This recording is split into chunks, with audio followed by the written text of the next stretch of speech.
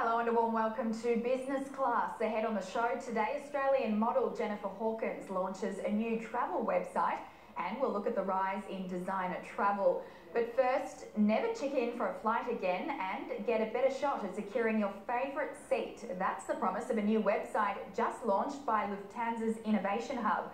Airlinecheckins.com will enable travellers to check into their flight regardless of the carrier they're flying with or the destination that they're heading to.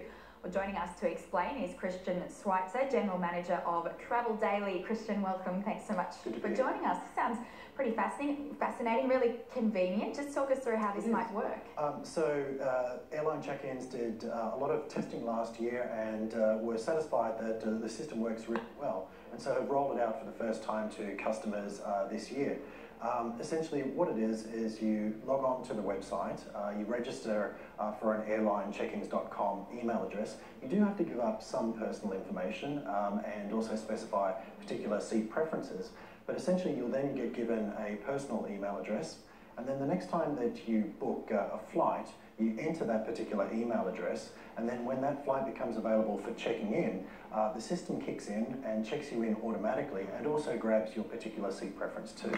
So in terms of the advantages of you using this service, why would one use this as opposed to using the individual airline that they've booked with? Well, the advantage of this one here is that so long as the airline has the capacity for online checking in, this will automate the process for you. So speed, if you're a little bit forgetful or something like that, it will do it all for you. So it's using technology essentially to expedite the process, but also it means that as soon as it is available, you'll get that seat preference, or at least that's what they're certainly promoting.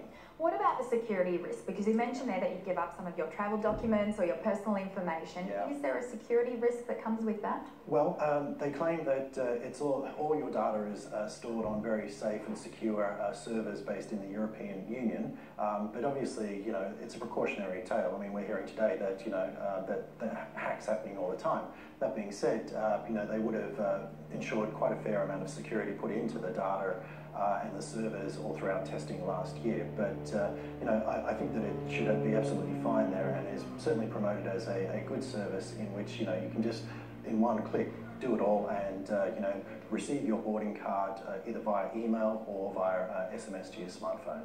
Excellent. All right, let's move on. I want to talk about Flight Centre and their tie-up here with Airbnb, because they're now going to be offering their corporate customers a chance to choose Airbnb listed properties. How will this work? Well, that's right. So Flight Centre has a number of corporate brands, FCM Travel Solutions, they've got Corporate Traveller, Stage and Screen, and essentially for customers of those particular brands, they'll now have access to Airbnb's business platform, enabling them to choose from somewhere up to about 3 million different, you know, homestay options worldwide. So therein lies the benefit, greater choice for Flight Centre customers, and also it's helpful where there are particular places where corporate travellers might travel to, where there's an undersupply of hotel rooms, and the option to then stay via an Airbnb service just gives a little bit more flexibility and choice to their customers. Sure. How popular is Airbnb with business travellers? It's growing.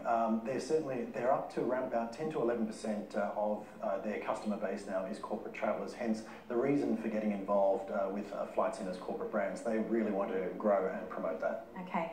So who will actually be the contact point? Will it be Flight Centre still for customers in terms of, you know, the actual processing of it working? Flight Centre likes to own the customer. That being said, they haven't shut off any sort of communication between the traveller and, say, the host of the homestay. So there will still be that one-on-one, you know, questions about the property, about its location and things like that is with the host, but essentially Flight Centre will still own the customer. All right, excellent. Let's move on. There's some big customer experience changes at Etihad. Their suspension of the complimentary chauffeur-driven service. That's right. Yeah, a lot of news for Etihad this past week. So, in fact, that's the first one, which is yes, they've stopped that particular service, so the complimentary chauffeur service, in all cities worldwide, except in their hub in Abu Dhabi. The other caveat is that it will still be possible if you are lucky enough to book on the Residence, which is that massive suite on their A380 aircraft. The chauffeur service is indeed complimentary there. However, the benefits are not entirely removed. You'll still be able to book a chauffeur service. It will be at a really negotiated price that the airline says it's done the hard yards with. But you'll then be able to give, for every dollar that you spend on the chauffeur service, you'll actually be credited with 3 miles. So you do get something back as well. Yeah, and what date will this change be implemented? It's effective from the 3rd of July. So if you're travelling in the next couple of days, you're unimpacted by it, but essentially from the 3rd of July onwards, that's when the service stops. Economy class guests, they'll be getting access to the Etihad Global Lounge network for a fee though. Indeed, that's the kicker, yes. So they can pay their way in. So essentially, any of the premium lounges worldwide you can now buy your way into that if you're an economy class customer. So prices will vary, but we've taken a look at a couple of examples in Australia. So at the lounges in Sydney and Melbourne, it's $99 per entry. Okay, all right. Restrictions on that? Not so much. The only real restriction is probably the capacity of how many people can enter the lounges. So they're always going to preference their business, their first class customers, and top up with any paying economy class customers. Okay, let's move away from airlines. Over to hotels. The Ritz Carlton hotel company launching the yacht collection. What's this all about? How many yachts are expected to be part of it? Well, yeah, this is exciting news there. So it's about diversification and about providing additional services to Ritz Carlton's customers. So yes, they've announced that they're going into luxurious small yachting vessels. They've announced 3 that will be built. The first will set sail towards the end of 2019. Very small scale, less than 300 guests. They have an array of accommodation options from penthouses to suites, but essentially you're going to have high-end furnishings, high-end finishings. There will be a 3-star Michelin restaurant on board the vessel, Wolfsburg. And they'll cruise destinations such as the Mediterranean, the Caribbean, North America and Latin America. The exciting news is that their 3rd ship, which won't come online until about 2022, is reported to be heading down to the South Pacific. So we may even see one of them step into Australia at some point. That'd be pretty amazing. How many do they accommodate? I mean, is it for larger groups, smaller groups? Is it like a private group? It's very boutique. In fact, you can charter the whole ship if you certainly have enough capital to do so. But yes, no more than 300 guests. So they really want it to be quite refined, very elegant luxury, but certainly not mass style accommodation at all. I imagine it would be pretty pricey. Yes, they haven't announced prices. May of next year is when we'll get an indication. Okay, excellent. Now, for those keen on taking a break away from the kids, one of the world's most kid-friendly destinations, though, the Hilton Fiji, opening up an adults-only venue. That's right. So it's dubbed Koro, which in Fijian means village, and essentially it's an adults-only area that is part of the Hilton hotel there. So you'll have your own private beach area.